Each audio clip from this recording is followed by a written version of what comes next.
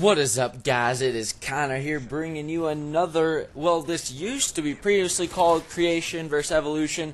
I hated that name, so I'm going to change it and call it The Case for the Creator. The reason I'm going to do this was because, ow, something's on my knee. That's not why.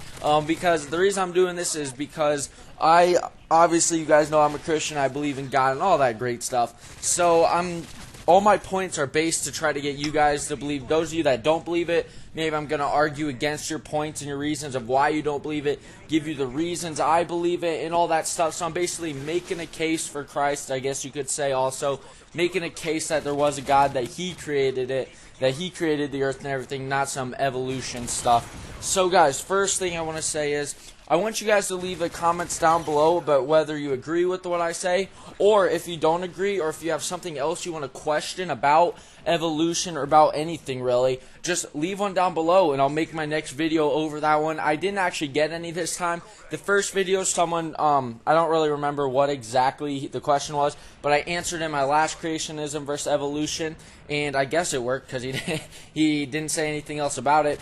So just if you have anything at all, any questions or any comments about any of this stuff, leave it down below, and then I'll definitely get to it the next time I do this. So what I'm going to do this week is what's called the Stanley Miller experience. Stanley Miller was a scientist dude back in the 1950s, and what he did was he was trying to prove that life could be created without a creator, without a higher being or God. He was trying to prove that life just came about, and he was showing us how he was going to do it. And what he did, some of you guys might be familiar with this. A lot of you guys probably haven't heard about it. But what he did was Stanley Miller created an atmosphere. What the atmosphere could have been, what he thought it was like way millions and millions of years ago, in his opinion, what the atmosphere would have been like. And it was made up, it was a hydrogen-rich atmosphere with a mixture of methane, ammonia, and water vapor, which is what many scientists actually thought that's what the atmosphere was made up back then. And what he did was he shot electricity through that atmosphere, and the electricity that shot through it formed amino acids on the other side. And amino acids are the building blocks of life. They're proteins, and they're the building blocks of life. So I mean, that makes perfect sense. Well, if electricity went through this and made the building blocks of life, then life could have just been built, quotes around built, through that. But the thing is, now they did more studies about it and more stuff, and they found out the atmosphere was not actually like that back then. Because if it was a hydrogen-rich atmosphere, the hydrogen would have escaped out into space. Hydrogen wouldn't have just stayed around the Earth with gravity and stayed there.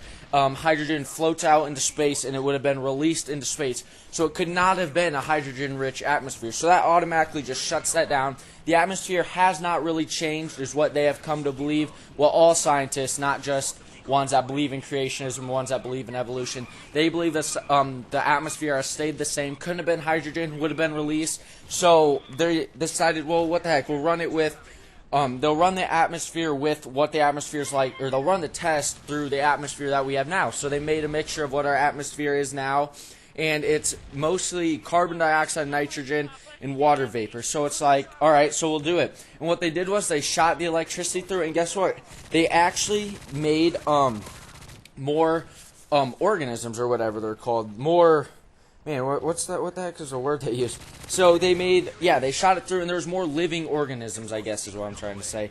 There's more organisms that they got through it, or organic molecules. There we go. Sorry, guys. They got organic molecules when they shot through it. Now, organic molecules, like, that doesn't sound bad. Organic molecules is, everything's an organic molecule. All living things are made up of organic molecules and are some sort of organic molecules.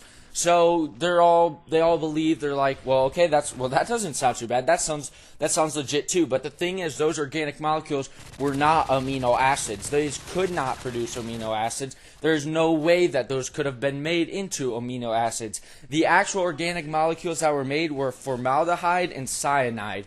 And I'm sure you guys have at least heard these names before. But those are the only two organic molecules that could have been made by shooting the electricity through the atmosphere. Formaldehyde and cyanide. Formaldehyde is a very, very toxic chemical that even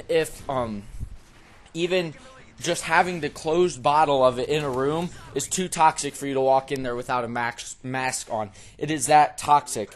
So the bottle, what you actually do is when the bottle opens, that stuff actually fries proteins. It kills embryos. So that basically can't happen because amino acids are proteins, the building blocks of life, and this formaldehyde fries those. They kill the proteins.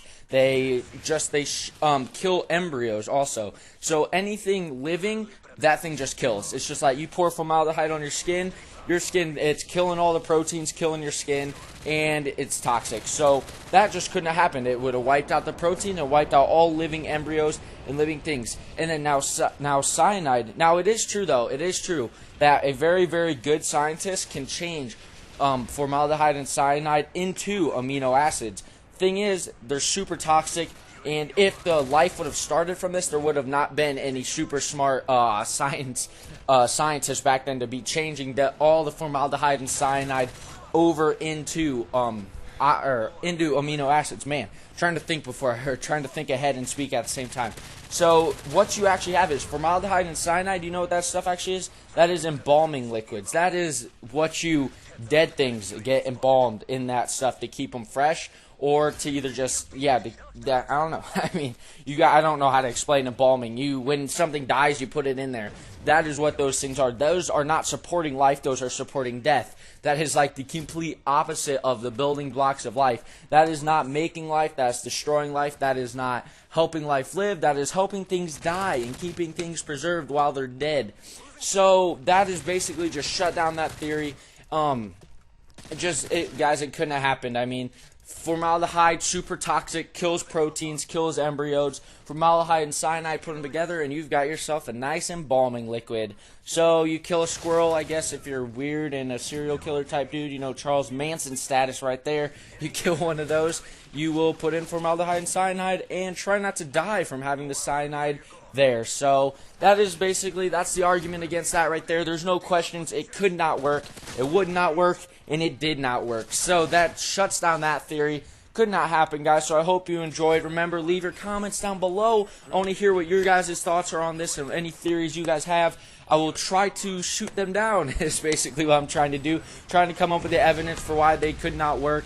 Unless you're on the same page as me, then yeah, I can support you guys and give you more evidence as to why. So definitely leave those there. Leave comment, like, whatever. Just talk to me, guys. I love being talked to. So hope you enjoyed this FAD Moab. I actually had a pretty good streak. I have absolutely no idea what it was. So I didn't watch the video or anything. So I'll see you guys later. Adios.